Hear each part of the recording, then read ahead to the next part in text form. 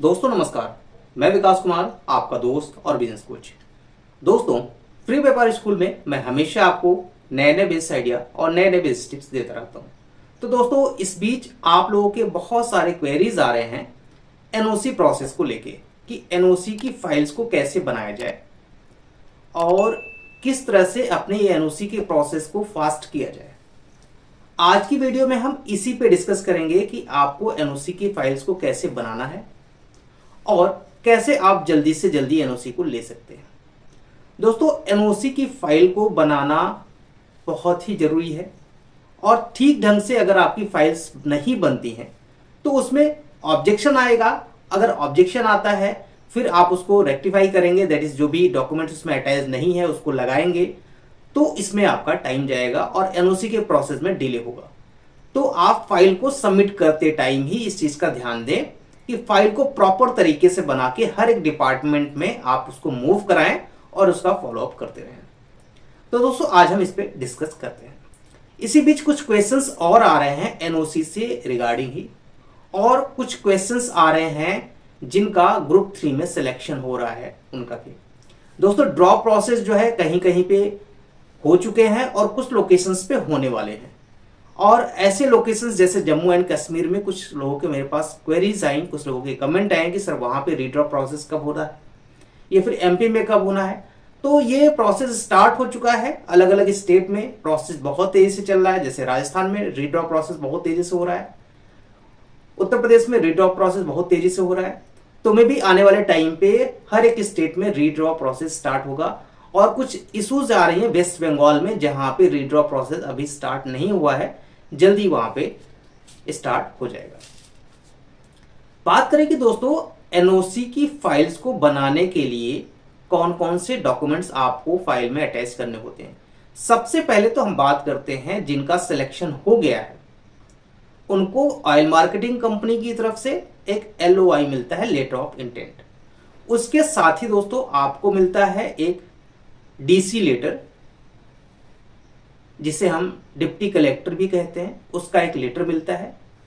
वो आपको DC letter साथ में ड्राइंग और कुछ एनओसीज की लिस्ट मिलती है कि किस किस डिपार्टमेंट से आपको एनओसी लेना है। वो जो डीसी लेटर है, वो ड्राइंग, आपका एलओआई का कॉपी, ये मोस्ट इंपॉर्टेंट डॉक्यूमेंट्स हैं जो आपको अपने फाइल में इसको इनक्लोज करना है, इसको लगाना है। फाइल लेनी है।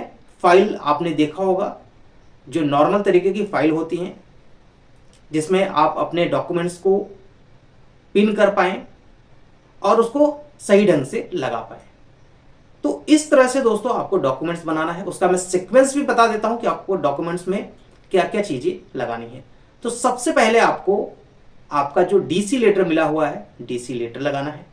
उसके बाद आपको एलओआई, लेटर ऑफ इंटेंट की कॉपी। उसके बाद आपको ड्राइंग लगानी है।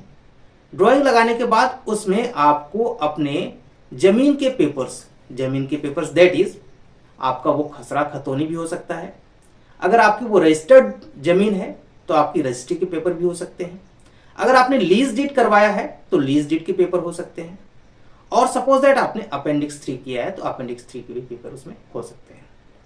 साथ ही दोस्तों उसमें आपको जो भी अप्लीकेंट है, अप्लीकेंट का personal document that is Aadhaar card और पैन कार्ड भी उसमें इंक्लूड करना है, जिससे कि हर एक डिपार्टमेंट में आपके पूरी डिटेल पहुंच जाए। कुछ डिपार्टमेंट्स ऐसे हैं जहां पे आपको एनओसी के लिए सबसे पहले वो फील्ड वेरिफिकेशन करेंगे, दैट इज वहां पे जाएंगे, आपकी जमीन को वो प्रॉपर तरीके से देखेंगे, उसके बाद ही वहां पे एनओसी इशू करेंगे।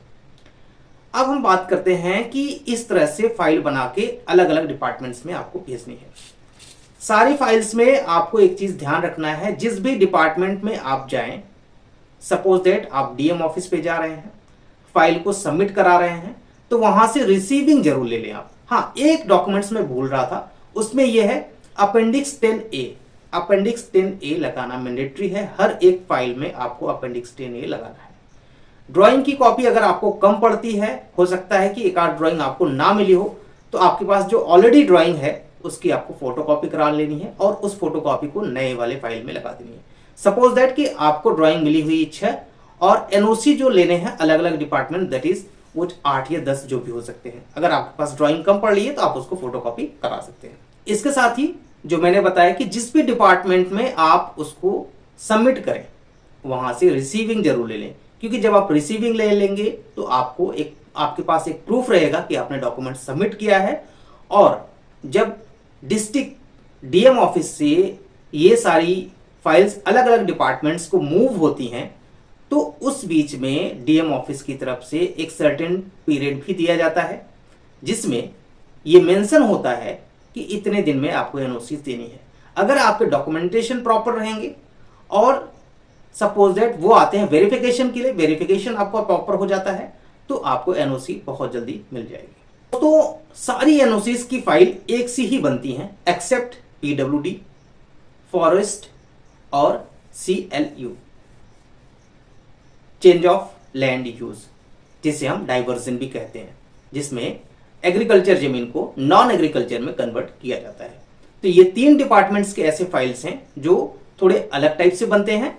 बाकी जितने भी डिपार्टमेंट होंगे सबके फाइल एक से बनने हैं, जिसमें आपको क्या क्या लगाना है, जो आपका डीसी लेटर है, डीसी लेटर, उसके बाद एलओआई की कॉपी, ड्राइंग, अपेंडिक्स 10A, साथ में ही आपको जमीन के पेपर और पर्सनल डॉक्यूमेंट, ये 5 चीजें आपको उस फाइल में बना के देनी है।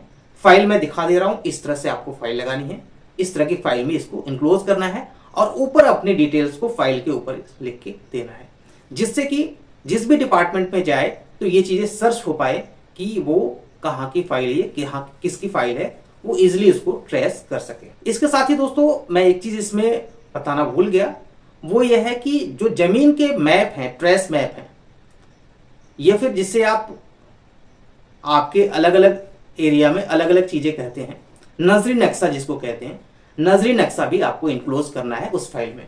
लास्ट में आपको नजरी नक्शा भी लगाना है।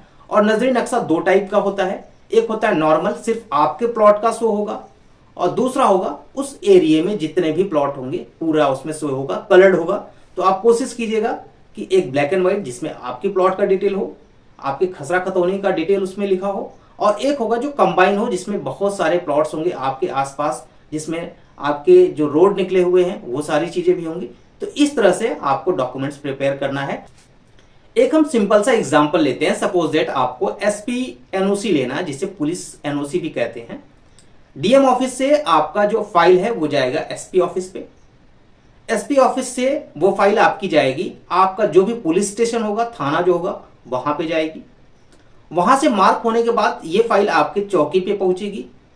चौकी से फिर आपके यहां पे वेरिफिकेशन होगा कि जो एप्लीकेंट है उनका कोई क्रिमिनल रिकॉर्ड नहीं है,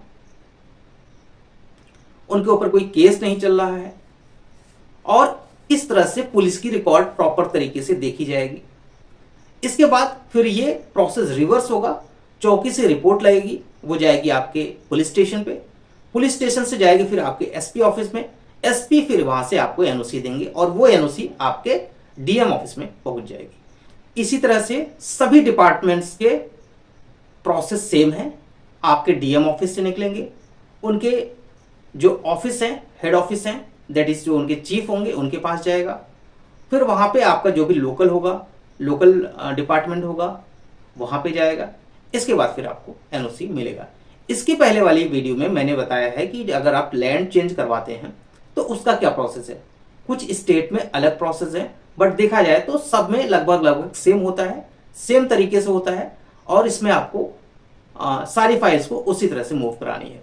साथ में ही आपको अपनी फाइल्स पे फॉलो अप करते रहना है, क्योंकि हो सकता है कि जो टाइम आप डीएम ऑफिस से मिला हुआ है कि इस डिपार्टमेंट में आपको 20 डेज में एनओसीज मिल जाएंगी, अगर 20 डेज में एनओसीज नहीं आती तो आप वहां पे जाएं, चीजों को पता करें कहीं कोई आपके फाइल पे ऑब्जेक्शन तो नहीं है।